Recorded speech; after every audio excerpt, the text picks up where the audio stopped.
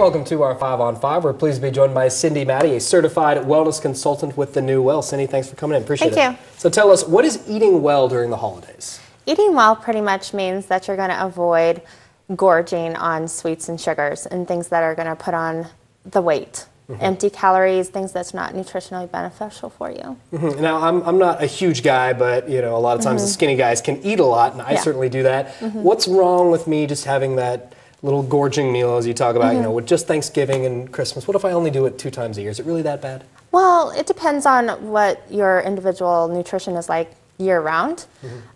Usually if you have a great nutrition background and you tend to have that one gorge day, it's going to make you really sick, but you'll bounce back.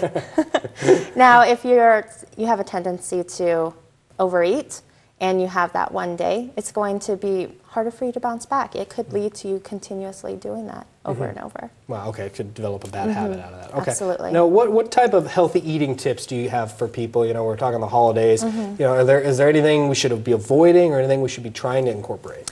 Well, you're going to go to holiday parties, and when that happens, you can do a couple different things. Bring a dessert plate and limit your portion sizes. That's going to help a lot.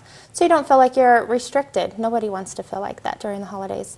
Also, you can bring your own healthy meal. A lot of people are trying to be more health conscious, and I'm sure they would appreciate if you were to bring something healthy to eat.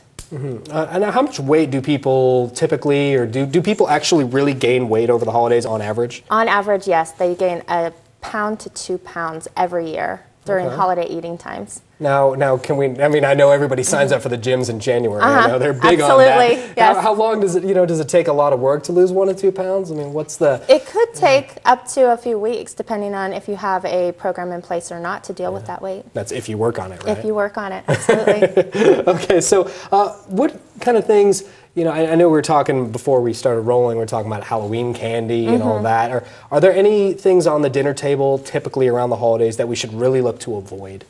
Well, it depends on what you use to bake your pies with. If it's heavy, saturated in white sugar and white flour, there's healthy alternatives. You can use whole grain flour. You can use sugar substitute baking blends and make it a low sugar option for you. You can also choose sweet potatoes over white potatoes, or brown rice over white rice, and things like that. That's going to make it more nutritionally dense for you. A lot of different options out there. Just got to look for them. Yeah, just got to look for them, and keep it in mind that if you're not used to gorging on those kind of things, it's going to be a lot harder for your body to digest them, and you're going to crash.